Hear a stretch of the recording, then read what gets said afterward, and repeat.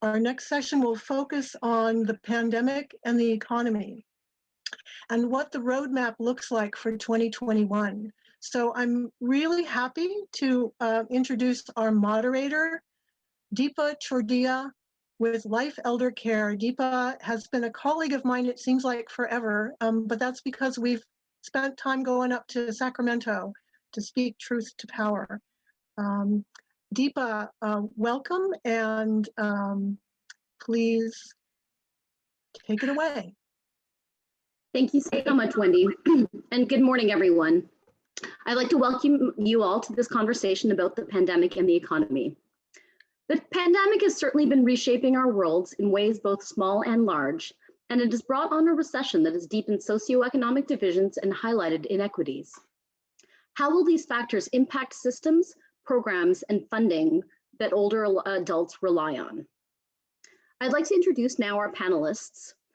Their full bios can be found in the conference program, so just briefly, I'd like to introduce Kimi Watkins-Tartt, who's the director of Alameda County's Public Health Department.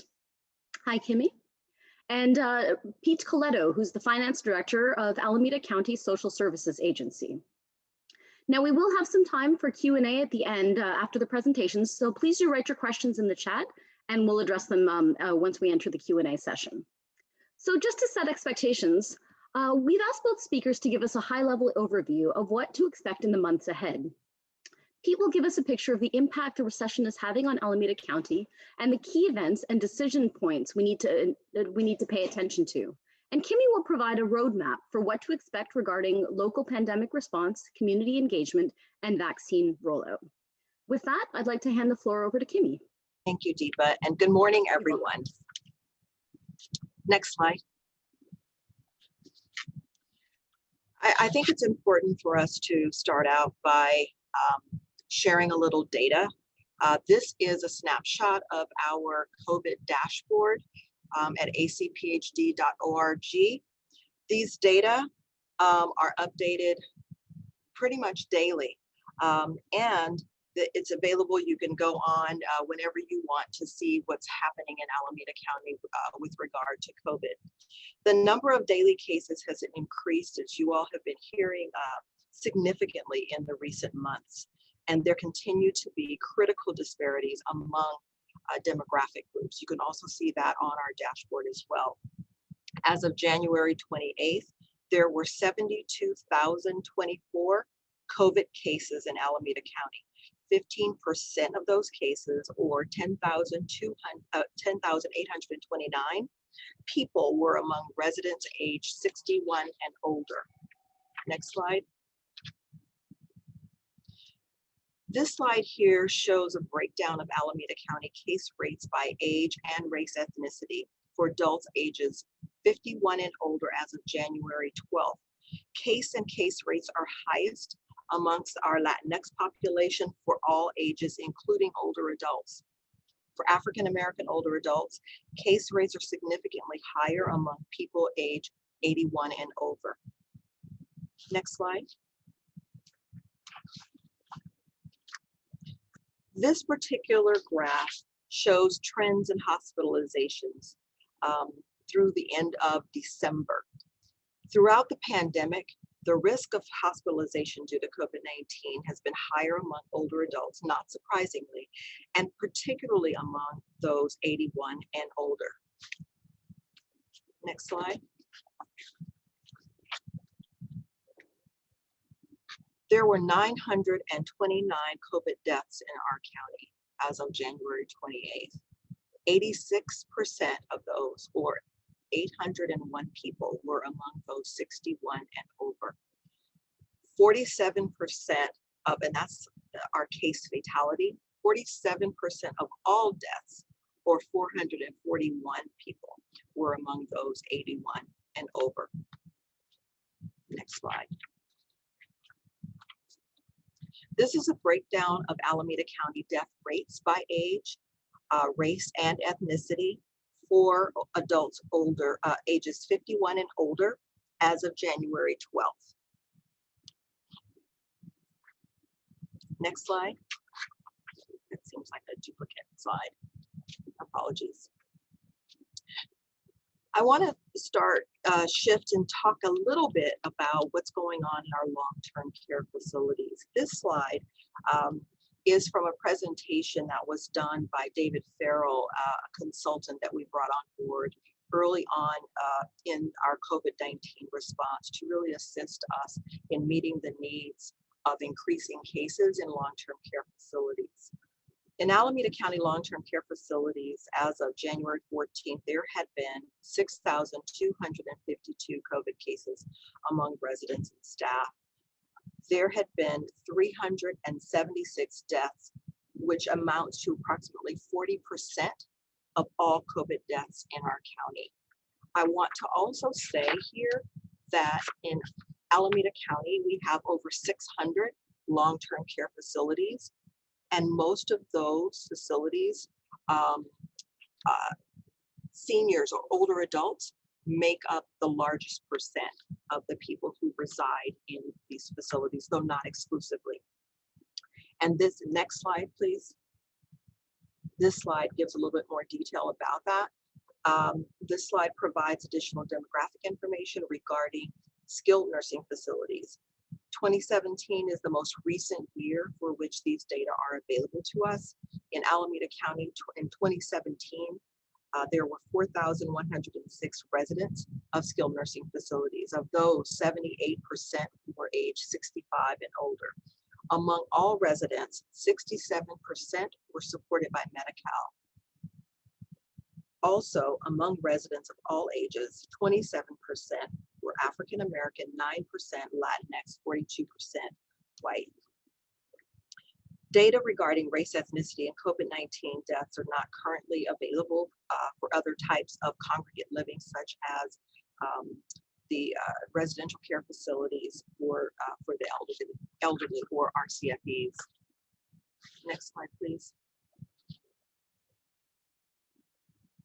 Since the beginning of the pandemic, ensuring the health and safety of long-term care facility residents has been of utmost importance and concern to our public health department. And so our public health department established a long-term care facilities task force to really hone in and focus our attention on how to best serve the people residing there, as well as the staff who work there. Their job is primarily to prevent and to support the staff in preventing and mitigating outbreaks. Guidance and education to prevent transmission is provided through the many interactions that we have with the staff on a daily basis. We also hold regular webinars with their leadership teams to assist in that support. At the end of 2020, the long-term care facility outbreak team and our vaccine team came together to begin coordinating vaccine rollout for long-term care facilities. And due to the disproportionate number of deaths in long-term care facilities that I mentioned earlier, they are a high priority to receive vaccine. What I also want to share is that we are really happy to say that through the partnership with long-term care facilities, we expect that by February 10th, all residents and staff of long-term care facilities in Alameda County will have been offered the first dose of the vaccine. And so we will come very close to 100% coverage, which we are really proud of. Next slide. I really appreciate what the earlier speaker said about it's important to not have equity sprinkled on top, but to have it baked in. And for that reason, that notion of baking in equity, our department stood up a health equity team for COVID-19 at the very beginning of our response. Our public health department has been fortunate in that we have had a health equity focus in our work for, I'd say, nearly 20 years.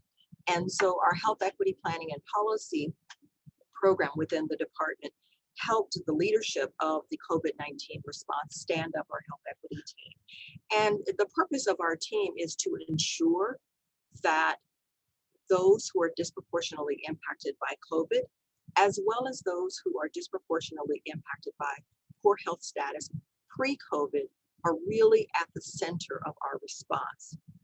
The team members collaborate with each other to identify strategies to illuminate lessons learned and facilitate the integration of those strategies into the ongoing operation.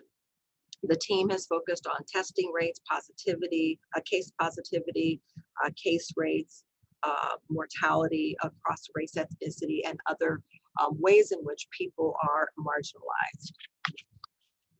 Next slide, please. This is a quick snapshot of our vaccine framework. And so we're now in phase 1A, and we're soon going to be moving into phase B. Many of you have heard that the governor announced that the state will transition to an age-based framework after everyone is finished with phase 1B. Next slide.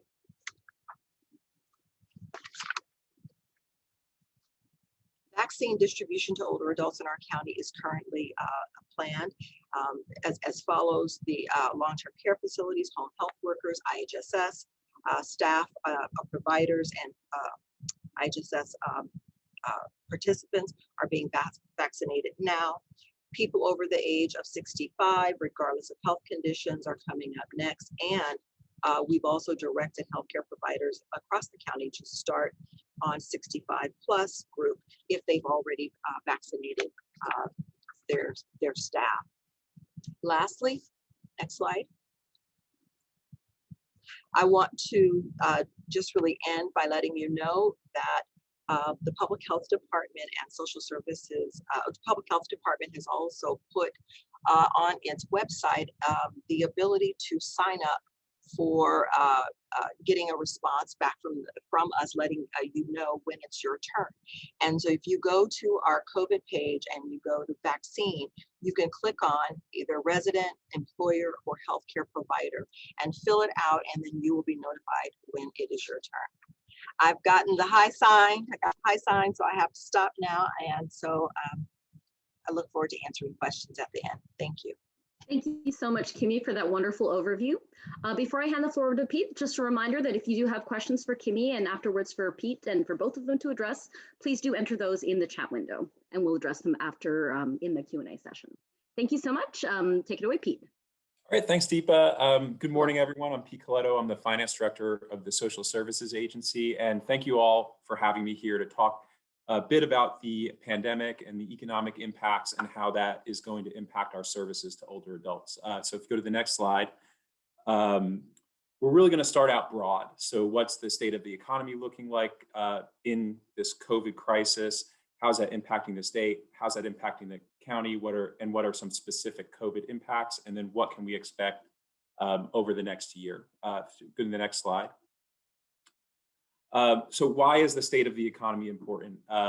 Really, for a county and for the Social Services Agency in particular, it drives both sides of our budget.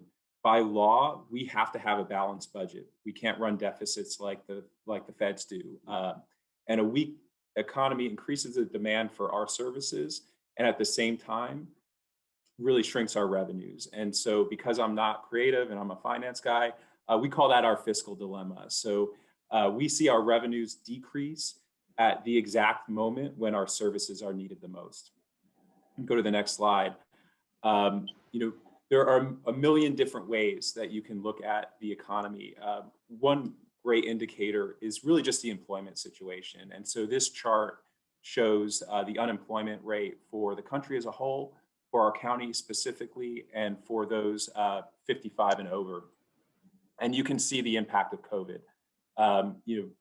Right in February, March, we saw unemployment just skyrocket. And while it's recovered a bit, we still have way more unemployment and way more people unemployed than before the pandemic hit. And the unemployment rate only measures people who are looking for a job. So people who are in the workforce. It excludes people who gave up and stopped looking for a job. So we also take a look at that. And since February, 2.3 million people 55 and older are no longer employed. So about 1.1 million of those people dropped out of the labor force altogether. So the takeaway is things are recovering, but we're still way worse off than we were before the pandemic. You go to the next slide.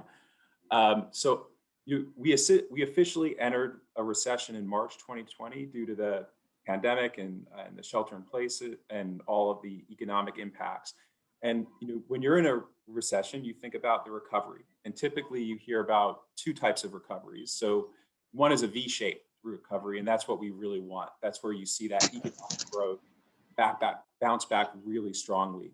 And the post early 90s recession, post.com recession, those were V-shaped recoveries. Things recovered pretty quickly. You also have U-shaped recoveries, and these are the slow grinding recoveries, like the one we saw after the Great Recession, where it takes a really long time to get back to the pre-recession economic levels. Many economists think we're in a K-shaped recovery, which is really kind of weird. And we have, we've had the top, like high wage earners have recovered, and they're back and better than they were before the recession, while low wage earners are still way worse off before. And so I really like that chart because it kind of illustrates that K shape. And I know the data is from June, so it's a little dated. I'll be quick, but the lower wage earners still haven't recovered. And so the key takeaway is we're still going to see strong demand for our safety net services. And so if you go to the next slide, on January 8th, the governor released his initial proposed budget. And one of the things that was kind of good about it is we didn't see these huge drops in revenues that we would have expected. And a reason for that is that K-shaped recovery. High wage earners are doing good, they're paying their taxes, the state budget situation looks okay. But again, a lot of that is considered a windfall. And so they're not expecting that to continue in future budget years. There are a lot of good things in the budget, including direct financial aid for low income earners to help deal with COVID-19 pandemic. CalAIM is coming back.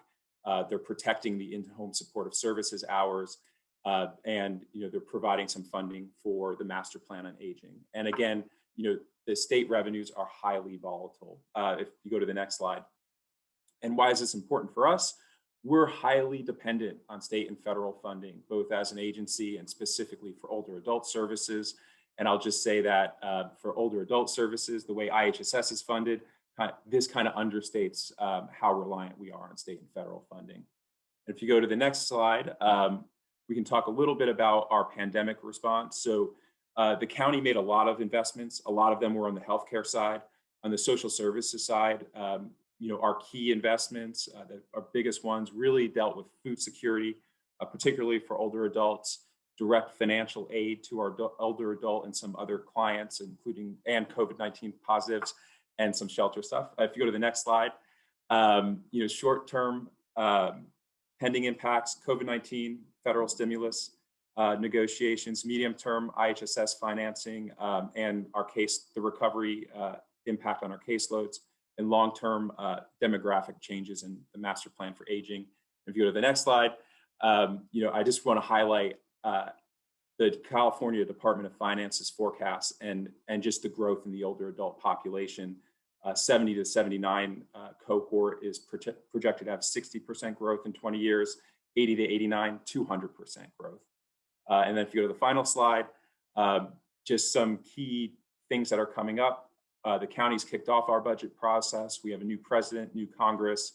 And then in the second quarter, the county is going to pass its budget, and the state will have additional revisions to their budget and pass that. And so with that, thank you very much. Sorry, I'm long-winded, had to go through the end of that pretty quickly. And I'm happy to answer any questions. Thank you very much, Pete. We do have a couple of questions that have come in through the chat. Those of you who have questions, please do enter them, and we'll try and address as many as we can. For those that don't get addressed during this session, we are keeping a transcript of all of the questions that come in, and we'll so we have record of that. So a question for Kimi: how do those without internet access sign up for notification from ACPHD?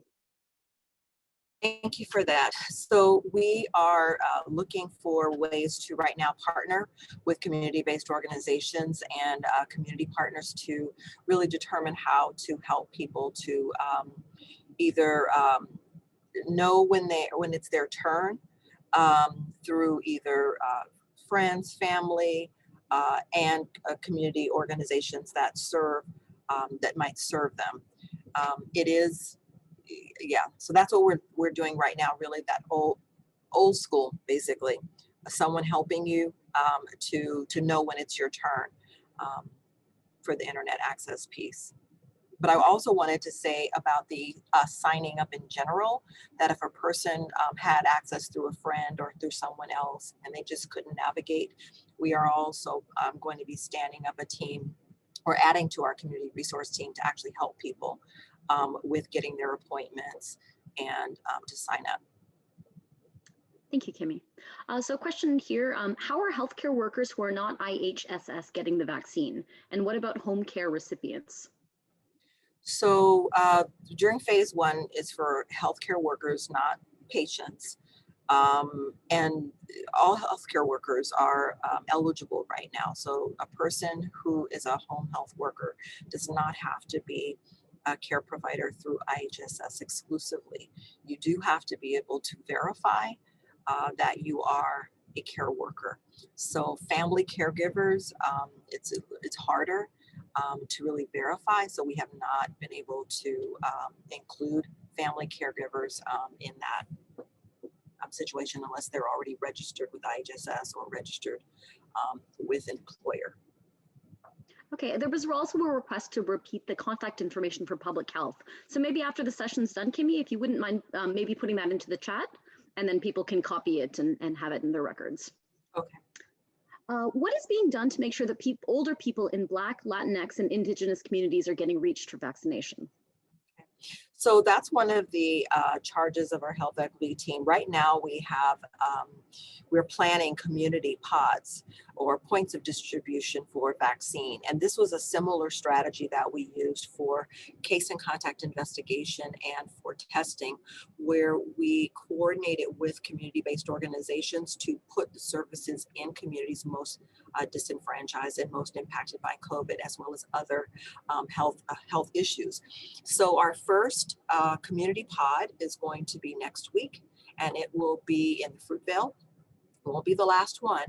And we are currently working with community-based organizations that serve the Latinx population in the Fruitvale area to ensure that residents who are eligible and who live in that area know that we will be offering vaccine and that they can sign up, including older adults from the Latinx community. And so that approach has been very successful for us, working with our community partners to reach people. Okay, thank you very much, Kimi.